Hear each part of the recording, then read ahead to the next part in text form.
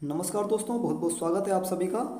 आज एक बार फिर से हम जो है पर्यावरण की जो सीरीज हम चला रहे थे उस सीरीज को हम एक बार फिर से क्रम से जो है दोबारा चालू करेंगे, ठीक है ना। और जैसा कि हमें पता है कि हम लगभग भाग 18 तक जो है हम पर्यावरण की सीरीज में देख चुके हैं और आज हम इसका ये 19 नंबर का पार्ट लेकर आए हैं, जिसके अंतर्गत हम देखेंगे भौतिक परिवर्तन और रासायनिक परिवर्तन कैसे होते हैं। साथ में जो पदार्थ होते हैं हमारे, उन पदार्थों का पृथक्करण किस तरह से किया जाता है, यानी दो पदार्थों को आपस में अगर मिले हों वो तो उनको अलग किस तरह से किया जाता है, तो उनके बारे में आज हम देखने वाले हैं, ठीक है। तो इनकी हम सबकी क्या करेंगे, आज चर्चा करेंगे, ठीक है। तो आप हमारे साथ लास्ट तक बने रहिएगा। चलिए आइए शुरू कर देते हैं हमारे इस टॉपिक को। तो देखिए आज इसमें जो है हम देखेंगे, सबसे पहले हम देखेंगे भौतिक और रासायनिक परिवर्तन होता क्या है, ठीक है ना। तो हम वैसे तो सभी जानते हैं कि हम अपने दैनिक जीवन में कई सारे परिवर्तन देखते हैं, जैसे बादलों का बनना देखते हैं, पानी का बर्फ बनना और उससे भाप के रूप में बनना, पानी से भाप बनना, बर्फ से पानी बनना। तो ये सारी गतिविधियां जो है हमारे आसपास चलती रहती हैं, ये हम देखते रहते हैं, ठीक है ना। इसके बाद और अगर क्रम से और आगे हम बात करें और आगे बढ़ें तो भाप में बदलना तो हमने देख ही लिया है। अब इसके बाद जैसे बात करें तो मोमबत्ती, तो देखिए मोमबत्ती का पिघलना, ये सभी कैसे है परिवर्तन हम रोज कहीं ना कहीं देखते रहते हैं, ठीक है ना। हमारे आसपास की ये सभी क्षेत्रीय क्रियाएं होती हैं।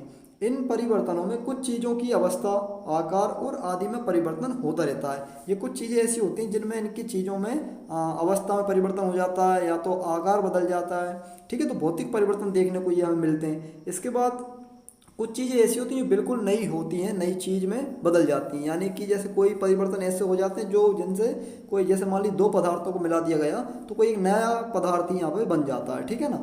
जिस परिवर्तन में किसी पदार्थ के भौतिक गुणों जैसे कि अवस्था, आकार आदि में परिवर्तन होता है उसे हम क्या कहते हैं, भौतिक परिवर्तन कहते हैं। तो ये छोटी सी एक बात याद रखिए आपके, भौतिक परिवर्तन क्या है। अगर मान लीजिए कोई वस्तु है, उसका आकार बदल जाए या उसकी अवस्था चेंज हो जाए, अवस्था का मीन यहाँ पे क्या हुआ, ठोस से द्रव में आ जाए कोई वस्तु या द्रव से गैस बन जाए, तो इस तरह से अगर अवस्थाएं चेंज हो जाएं या आकार बदल जाएं तो हम कह सकते हैं कि वहाँ पे कौन सा परिवर्तन हो रहा है, भौतिक परिवर्तन हो रहा है, ठीक है। इसके बाद और अगर हम आगे बात करते जाएं तो देखिए आगे बात करेंगे तो इसमें जिस परिवर्तन में आकार पदार्थ से नई क्या लिखा हुआ देखिए, जिस परिवर्तन में एक पदार्थ से नए पदार्थ या पदार्थों का निर्माण होता है उसे रासायनिक परिवर्तन कहते हैं। यानी अब रासायनिक परिवर्तन क्या हुआ कि अगर एक पदार्थ से किसी नए पदार्थ का निर्माण हो जाए, ठीक है, या कोई नया ही ऐसा पदार्थ बन जाए जो दोनों पदार्थों से, जिन पदार्थों को मिला के बनाया है उनसे बिल्कुल भी मेल नहीं खाता है, बिल्कुल नया है, तो हम उसको कहेंगे कि ये रासायनिक परिवर्तन हुआ है, ठीक है ना।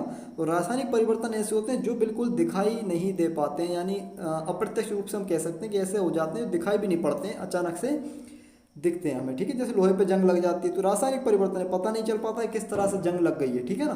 तो ये रासायनिक परिवर्तन है। तो भौतिक परिवर्तन, रासायनिक परिवर्तन के बारे में आप इतना जान गए होंगे। अब हम बात करेंगे इन दोनों की, थोड़ी सी तुलना इनके बारे में करेंगे हम, यानी दोनों को साथ साथ हम देखेंगे जिससे हमको आसानी से और जल्दी समझ में आएगा, ठीक है ना।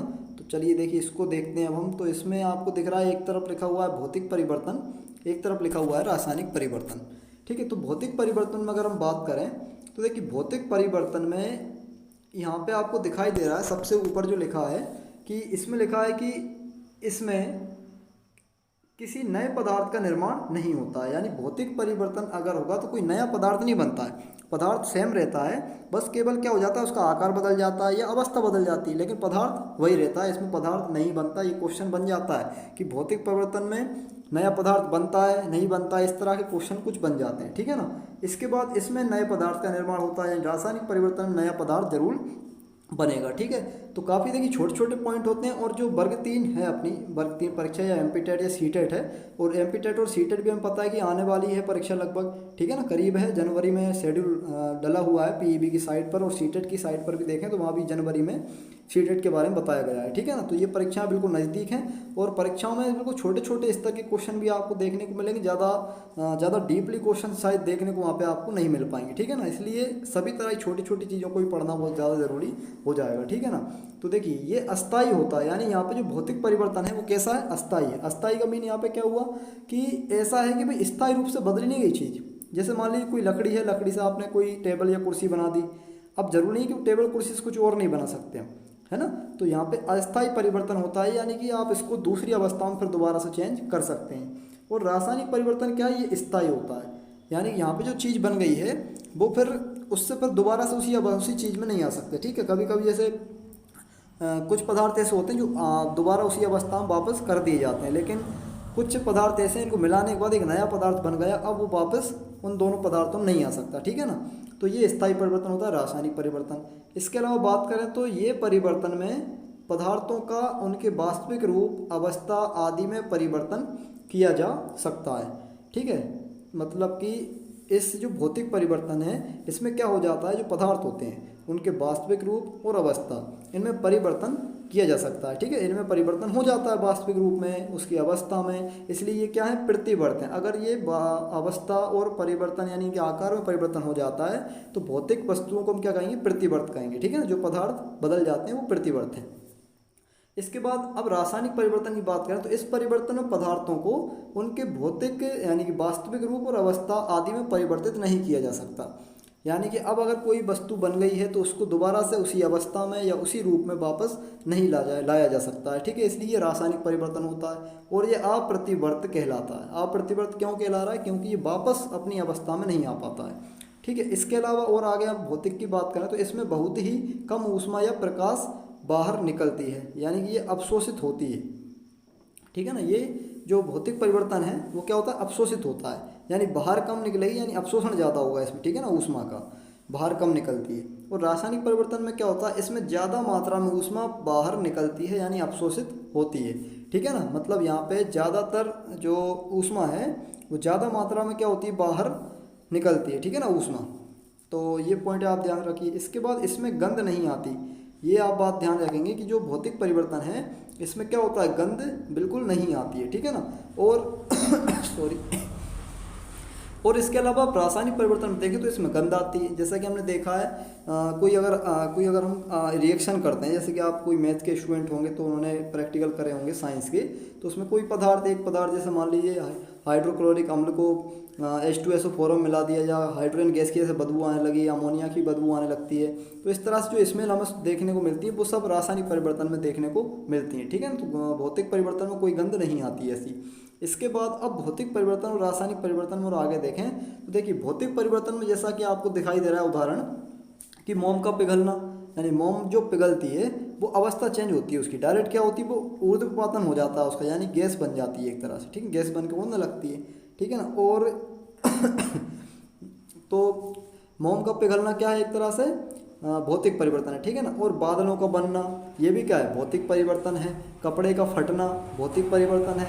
रबड़ बैंड का खींचना भौतिक परिवर्तन है। ठीक है ना, इसके बाद मक्खन का पिघलना ये भी भौतिक परिवर्तन है। बल्ब का जलना भौतिक परिवर्तन है। पानी का बर्फ या भाप बनना भौतिक परिवर्तन है। शीशे का पिघलना भौतिक परिवर्तन है। कागज का फटना, ठीक है, सॉरी ये क्या हो गया है, देखिए कागज का फटना ये भी क्या भौतिक परिवर्तन है। साथ ही पानी में नमक या चीनी का घुलना ये भी क्या है, भौतिक परिवर्तन है। तो इनमें से जो भी परिवर्तन आपको समझ में ना आए तो भाई आप जो है ना, कुछ भी समझ में नहीं आता है तो आप कमेंट कर सकते हैं। बिल्कुल आपका जो है ना कोई भी डाउट यहाँ पे ना ऐसा बेवजह नहीं जाएगा। ठीक है, कोई डाउट है तो आपका उसको फुल सॉल्यूशन जो है उसका मिल जाएगा। ठीक है ना, तो ये पूरे सभी क्या हैं, भौतिक परिवर्तन है। अब बात करते हैं रासायनिक परिवर्तन की। देखिए रासायनिक परिवर्तन जो है, रासायनिक परिवर्तन में क्या है, जैसे मोम का जलना, जब मोम जो है जलती है तो वो रासायनिक परिवर्तन उसमें देखने को हमें मिलता है। ठीक है ना, पिघल रही है वो तो भौतिक परिवर्तन में आता है, लेकिन जब मोम जलती है तो उसमें कहीं ना कहीं गैस बनती है। ठीक है ना, उसकी अवस्था चेंज होती है अचानक से, तो मोमबत्ती जब जल जाती है तो वो रासायनिक परिवर्तन है। इसके बाद पटाखों का फटना, पटाखे भी क्या होते हैं, रासायनिक क्रिया के कारण ही फट पाते हैं। उनमें जो बारूद होता है, ठीक है ना, वो कोई भौतिक परिवर्तन नहीं है, वो रासायनिक परिवर्तन है उसमें। इसके बाद दही का जमना, दही का जमना भी क्या है, रासायनिक परिवर्तन, पता ही नहीं चलता है कब दही जम गया। ठीक है ना, अचानक से नमी और जब ज़्यादा उसको रखा रहता है तब तो ऑटोमेटिक जो दूध होता है वो दही बन जाता है। लोहे पर जंग लगना भौतिक परिवर्तन नहीं है, क्या है, रासायनिक परिवर्तन है। अगरबत्ती का जलना, जीवों का बड़ा होना, भोजन का पकना, पचना और सड़ना, ये सभी क्रियाएं कैसी हैं, ये सभी भौतिक परिवर्तन नहीं है, क्या है, रासायनिक परिवर्तन की हैं। ठीक है, इसके बाद मैग्नीशियम के फीते का जलना, जब मैग्नीशियम का एक फीता होता है या एक लकड़ी, मैग्नीशियम का एक जैसे एक स्केल टाइप का कोई पदार्थ होता है तो वो जलने लगता है, तो वो भी क्या है, एक रासायनिक क्रिया है। ठीक है ना, इसके बाद कोयले लकड़ी का जलना, कोयला और लकड़ी जो जलती है वो भी रासायनिक परिवर्तन के कारण ही जलती है। ठीक है ना, यानी उसमें भी रासायनिक परिवर्तन होता है। कागज़ का जलना, कागज़ जल जाता है वो भी एक रासायनिक ही मतलब एक रासायनिक परिवर्तन ही होगा। ठीक है, तो ये आप कुछ बातें याद रखेंगे जो रासायनिक परिवर्तन के बारे में, इनमें से कोई सा भी क्वेश्चन पूछ लिया जाता है, भाई रासायनिक परिवर्तन कौन सा है निम्न में से, ठीक है, या भौतिक परिवर्तन कौन सा है निम्न में से, ऐसे क्वेश्चन हमें देखने को मिल सकते हैं बिल्कुल। ठीक है, इसके बाद बात करेंगे आगे हम कि किसी किसी पदार्थ में क्या होता है, दोनों परिवर्तन एक साथ होते हैं। कोई कोई से पदार्थ ऐसे होते हैं जिसमें दोनों परिवर्तन क्या हो जाते हैं, एक साथ ही हो जाते हैं। ठीक है ना, जैसे मोमबत्ती होती है भाई, जैसे मोमबत्ती जलने पर मोम का पिघलना भौतिक परिवर्तन है, ये तो हम जानते हैं भाई, जब मोमबत्ती जलती है तो मोम पिघलने लगती है, तो ये तो क्या है, भौतिक परिवर्तन है। परंतु मोमबत्ती के धागे का जलना रासायनिक परिवर्तन हो जाता है, यानी जब मोमबत्ती जलती है तो जो धागा जलता है वो धागा क्या हो जाता है वहाँ पर वो धागा वहाँ पर रासायनिक परिवर्तन का कार्य करता है। ठीक है ना, तो रासायनिक परिवर्तन दिखाई देता है वहाँ पे। रोटी का छोटे छोटे टुकड़ों में तोड़ना क्या है, भौतिक परिवर्तन है। जब रोटी हमारी जो है, जब हम खाते हैं तो वो छोटे छोटे टुकड़ों में टूट जाती है, तो उसे भी हम क्या कहेंगे कि वो भी क्या है, एक तरह से भौतिक परिवर्तन है। लेकिन जब रोटी का पचती है, रोटी अंदर जाके शरीर में, पेट में जाएगी आमाशय में, वहाँ पर जब जब वो पचती है, जब उसमें पाचन क्रिया होती है, तो फिर वहाँ पर रासायनिक परिवर्तन दिखाई देता है। ठीक है, तो ये कुछ बातें, पाचन हुआ वो रासायनिक परिवर्तन होगा वहाँ पे। ठीक है ना, तो ये कुछ बातें आपको ध्यान रखना है। इसके बाद और आगे हम बढ़ते हैं, तो आगे हम बात करेंगे लोहे पर जंग लगना क्या होता है। ठीक है, हम छोटी छोटी बातों को यहाँ पर ले रहे हैं, ज़्यादा डीपली भी नहीं जा रहे हैं, केवल हम छोटी छोटी चीज़ों को छूते जा रहे हैं। ठीक है ना, जिनसे हम बिल्कुल दूर ना रहें, ऐसी चीज़ों को हम देखते जा रहे हैं। लोहे पर जंग लगना, इसको ज़्यादा डीप नहीं जाएंगे, छोटी छोटी बातें ध्यान रखेंगे। लोहे पर जंग लगना एक रासायनिक परिवर्तन है। ठीक है, तो लोहे पे जंग लग जाती है, जैसा आपको पता है कि नमी के कारण, वायु के कारण लोहे पे जंग लगने जाती है। आपके घर में भी कई लोहा है, यानी गाटर जो होते हैं ऐसे, जिन पे छत डली होती हैं, उन पे लग जाती है। लोहे के गेट हों, उन पे भी नमी के कारण, रासायनिक परिवर्तन के कारण क्या होता है, लोहे पे जंग लग जाती है। जब लोहे की वस्तु को खुले में छोड़ दिया जाता है, तब उसके ऊपर भूरा पदार्थ इकट्ठा होने लगता है, जिसे हम क्या कहते हैं, जंग कहते हैं। तो ये बात ध्यान रखिए, जंग लगने से लोहे का वजन बढ़ जाता है। एक बात आप अच्छे से ध्यान रखेंगे, ये क्वेश्चन बन चुका है एक आध बार परीक्षा में, और ये पूछ लिया जाता है। ठीक है ना, क्या ये काफ़ी इंपॉर्टेंट पॉइंट है कि जंग लगने से क्या होता है, लोहे का वजन बढ़ जाता है। ठीक है, लोहे का वजन घटेगा नहीं, ये ध्यान रखिए आप। लोहे का वजन और बढ़ जाएगा अगर जंग लगे, क्योंकि उस पर जो परत टाइप की जो दिखाई देती है वो फूल जाती है। ठीक है, वजन बढ़ता है उससे, तो ये काफ़ी इंपॉर्टेंट पॉइंट है, इसको आप IMP मान लीजिए, ये अच्छा पॉइंट है। ठीक है ना, अब इसके बाद हम बात करेंगे आगे। देखिए, हम जंग लगने के लिए अनिवार्य तत्व क्या क्या है, पहले तो ये पता होना चाहिए। क्वेश्चन बन जाता है कि जंग लगने के लिए अनिवार्य तत्व निम्न में से कौन से हैं, तो ऑक्सीजन और नमी, ये होना बहुत ज़्यादा ज़रूरी है, तब जाके ही जंग लग पाती है। ठीक है ना, अगर नमी ज़्यादा होती है तो जंग जल्दी लगती है। जंग से बचने के लिए लोहे की वस्तुओं को पेंट किया जाता है, आप पेंट करके लोहे को जंग से बचा सकते हैं। अच्छा देखिए, जंग लगने को एक संचारण भी कहते हैं। जब कोई पदार्थ नमी के कारण खराब हो जाता है तो उसको हम संचारण कहते हैं। ठीक है ना, मतलब पदार्थ संचारित हो गया, जंग लग गई तो संचारण हो गया उसका।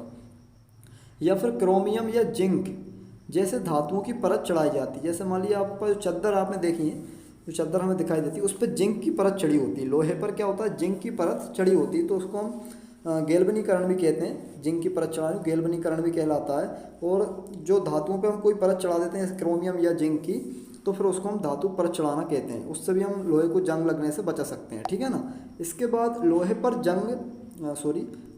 जिंक की परत चढ़ाने की प्रक्रिया को यशद लेपन भी कहते हैं। गैल्वेनीकरण भी होता है और यशद लेपन भी, इसको हिंदी में यशद लेपन भी कहेंगे। ठीक है, तो ये भी अच्छा पॉइंट है, ये भी हमें बात याद रखना है। अब और आगे बढ़ते हैं, पदार्थों का पृथक्करण देख लेते हैं। मतलब कि जिन पदार्थों का हम उपयोग करते हैं उनमें बहुत सारे पदार्थ मिश्रण होते हैं।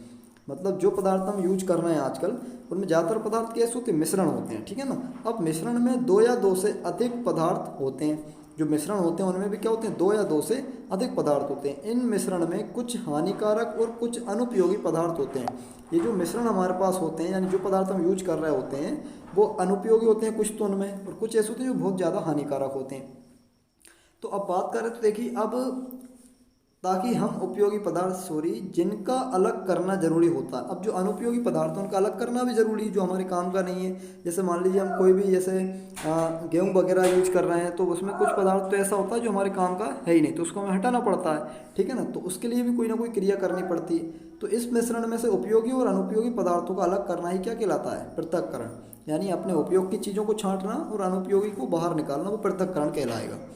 अब और आगे बात करें तो देखिए, अलग अलग मिश्रणों को अलग अलग तरीके से अलग अलग मिश्रण को अलग अलग तरीकों यानी विधियों से पृथक किया जाता है, यानी अलग किया जाता है। किसी भी मिश्रण की पृथक्करण की विधि उस मिश्रण के घटकों यानी अवयवों पर निर्भर करती है। यानी देखिए कोई भी अगर हम विधि यूज करेंगे अलग करने के लिए पदार्थों को, तो वो उनके अवयवों पे यानी उसके घटकों पे क्या करेंगे, निर्भर, किस तरह के अवयव हैं उसके अंदर, ठीक है ना, कण हैं।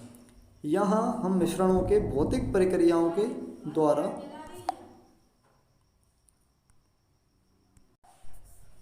तो देखिए किसी भी मिश्रण की पृथक्करण की विधि उस मिश्रण के घटकों पर निर्भर करती है। यहाँ हम मिश्रणों के भौतिक प्रक्रियाओं के द्वारा पृथक करने के विषय पर निम्नलिखित मिश्रणों के पृथक्करण की विधियों के पर चर्चा करेंगे। यानी देखिए आपको यहाँ पे क्या करना है, हमें करना क्या है यहाँ पे भाई, अब हमें यहाँ पे ये देखना है कि कोई भी पदार्थ है तो उसको अलग किस तरह से करना है हमें, ठीक है ना, किस विधि से यूज करेंगे उसको हम करने के लिए, अलग करने के लिए, वो हम देखना है, ठीक है। तो यहाँ पे देखिए आप काफ़ी इंपॉर्टेंट पॉइंट्स हैं एमपीटेट सीटेट के लिए, ठीक है ना, इसलिए आप ध्यान से बिल्कुल देखते रहिए सभी लोग। अब देखिए अब यहाँ पे हम ठोस अवयवों के मिश्रण की बात कर रहे हैं, ठीक है। ठोस अवयवों के मिश्रण होंगे हमारे पास, ठोस और द्रव का मिश्रण होगा, द्रव का मिश्रण होगा, तो इनको कैसे अलग करेंगे वो हमें करना है यहाँ पे। तो ठोस अवयवों के मिश्रण, तीन तरह के मिश्रण मिलेंगे हमको। पहले हम कर रहे हैं ठोस अवयवों के मिश्रण को किस तरह से अलग करेंगे, ठीक है ना। तो इन मिश्रणों में अवयव ठोस होते हैं सभी, यानी कठोर होते हैं। इन मिश्रणों को निम्नलिखित तरीकों से अलग किया जा सकता है। अब अगर कठोर मिश्रण है यानी कठोर अवयव हैं उसके अंदर, तो कैसे अलग करेंगे। सबसे पहली जो विधि है अपने लिए वो है हस्तचयन विधि, यानी हस्तचयन मतलब हाथ से यहाँ पे यूज करके हम उसको अलग कर सकते हैं। तो देखिए हस्तचयन विधि को और थोड़ा डिटेल में पढ़ें तो इस विधि में ठोस अनुपयोगी अवयव को हाथ से अलग कर दिया जाता है। इस विधि के द्वारा दाल चावल आदि से कंकड़ पत्थर निकाले जाते हैं। सिंपल सी मेथड है, आसानी से आप समझ जाएंगे। अगली है थ्रेसिंग या गहना, थ्रेसिंग करना या फिर गहना। इस विधि के किस तरह से देखिए अलग कर सकते हैं वो हम समझेंगे। इस विधि से अनाज के कणों को उनकी डंडियों से अलग किया जाता है। थ्रेसर होता है ना, जो थ्रेसर, थ्रेसिंग विधि होती है वो, जब हम डंडियों से दाने निकालते हैं तो वो थ्रेसिंग कहलाती है वो विधि, ठीक है ना। इस विधि में अनाज की डंडियों को हाथों से पीटा जाता है या फिर बैलों के द्वारा कुचला जाता है या फिर थ्रेसर से उसको हम अलग कर लेते हैं। थ्रेसर का प्रयोग कर सकते हैं या बैलों से कुचला जा सकता है या फिर डंडियों को हम हाथों से पीट कर भी अलग कर सकते हैं। तो ये कुछ अपनी थ्रेसिंग या गहना कहलाती है ये वाली विधि, ये ठोस को अलग करने के लिए, ठीक है। इसके बाद हम आगे बात करेंगे तो निष्पावन क्या है, ठीक है। तो निष्पावन की बात करें तो निष्पावन या पछाड़ना एक ये भी विधि है ठोस को ठोस से अलग करने की। इस विधि के द्वारा हल्के या भारी ठोस अवयवों को अलग किया जाता है, किससे, निष्पावन से। इस विधि में हवा का प्रयोग किया जाता है, भाई ये आप बात ध्यान रखेंगे, इसमें हवा के द्वारा पदार्थों को अलग कर देते हैं। इस विधि के द्वारा अनाज के कणों को भूसे से अलग करते हैं। तो देखिए अब क्वेश्चन बन जाता है सीटेट में और एमटेट में बन सकते हैं बिल्कुल, कि अनाज से भूसे को अलग करने के लिए किस विधि का प्रयोग किया जाता है। तो निष्पावन विधि या पछाड़ना विधि, ये कुछ बातें हमें ध्यान रखने वाली हो गई हैं, ठीक है ना। इसके बाद और हम जाएं आगे तो देखिए चालन विधि आ रही है। चालन विधि से क्या होगा, इस विधि से उस मिश्रण को जिसका एक घटक बारीक होता है और दूसरा थोड़ा सा मोटा अलग किया जाता है, ठीक है। यानी कुछ पदार्थ छोटा सा एक कण घटक होगा जो बारीक होगा और एक घटक ऐसा होगा जो थोड़ा सा मोटा होगा, तो उसको हम अलग करते हैं कौन सी विधि से, चालन विधि से। इस विधि में चालनी या छन्नी का प्रयोग करते हैं, या छन्नी से हम कोई वस्तु को छानते हैं तो चालन विधि कहलाती है, ठीक है। तो ये बात आप ध्यान रखेंगे। अब और थोड़ा सा हम आगे बढ़ते जाएं तो इस विधि से आटे में से चोकर, रेत में से कंकड़ पत्थर अलग किए जाते हैं। चालन विधि में, जो छन्ने वाली विधि से क्या होता है, आटे में से भी कंकड़ पत्थर हम निकाल लेते हैं, ठीक है। चोकर में वो कंकड़ वगैरह हो गए। इसके बाद रेत में से बड़े से पत्थर कंकड़ निकल जाते हैं। छलनी यानी छन्नी जो होती है वो हमारी चालन विधि का काम करेगी। अब आती है लास्ट वाली जो इसमें है चुंबकीय पृथक्करण विधि, ठीक है। तो चुंबकीय पृथक्करण विधि क्या है वो हम समझ लेते हैं। तो चुंबकीय पृथक्करण विधि यानी इस विधि में चुंबक का प्रयोग किया जाता है। इस विधि से उस मिश्रण को जिसका एक घटक चुंबक की तरफ आकर्षित हो जाता है, जैसे लोहा, निकल, कोबाल्ट। तो देखिए अब चुंबक का प्रयोग करते हैं इस चुंबकीय पृथक्करण में, यानी जो पदार्थ लोहे, निकल, कोबाल्ट अगर हैं तो वो चुंबक की तरफ क्या हो जाते हैं, आकर्षित हो जाते हैं, और जैसे ही आकर्षित हुए तो वो खिंच जाते हैं चुंबक की ओर, तो वहाँ से मतलब ये पदार्थ हट जाता है, ठीक है। तो पृथक्करण हो जाता है इस तरह से। तो काफ़ी अच्छे टॉपिक थे और बिल्कुल आसान टॉपिक हैं, सिंपल से हैं बिल्कुल, जो कि आसानी से हमारी एमपीटेट और सीटेट परीक्षा में पूछे जा सकते हैं। ठीक है, और छोटी छोटी बातें अगर हमें पता नहीं रहेंगी तो फिर कहीं ना कहीं हम ये परीक्षा में नंबर नहीं ला पाएंगे। ठीक है ना, इसलिए ये बातों को भी ध्यान रखना ज़रूरी है। और आगे काफ़ी इंटरेस्टिंग जो है ना टॉपिक आपके सामने मैं लेकर आऊँगा, तो आप इसी तरह से मेरे साथ बने रहें। लाइक शेयर सब्सक्राइब करना ना भूलें हमारे वीडियो को। बहुत बहुत धन्यवाद आप सभी का।